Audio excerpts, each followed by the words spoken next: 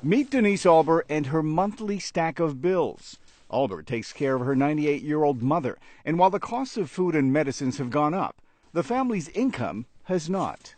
It's been very, very difficult to maintain the same standard of living. We have not maintained it.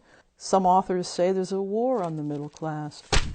Alber's experience is contrary to new census data showing average American families saw their incomes rise by more than 5%, the most since 2007. But the Alber family is not the only one feeling left behind. You used to have a bargain that you would have a job and your salary would grow through your 20s, your 30s, your 40s, your 50s, your 60s when you'd retire, and you would have a secure retirement. I don't think it feels like that anymore. Economists say it's that sense of betrayal that's behind much of the anger in this election cycle, some of it fueled by the fact that middle-class incomes have remained stagnant while the wealthiest have prospered. The top 5% is still the only group that has completely returned back to their 2000 levels. So they've made up lost ground. So there's inequality across the income distribution.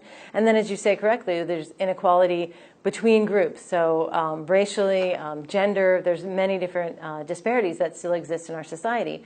Some economists blame the wide income gap on political dysfunction.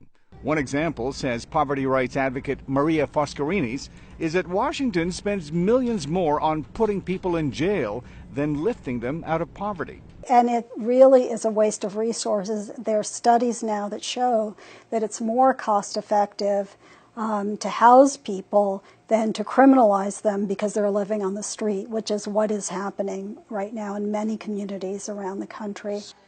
That Washington dysfunction is one of the reasons why many believe the next election is so important. But Denise Alber isn't hopeful. In terms of the economy or politics, I'm very despondent in that regard. I don't think either candidate will help the middle class. Millar Sega, VOA News, Washington.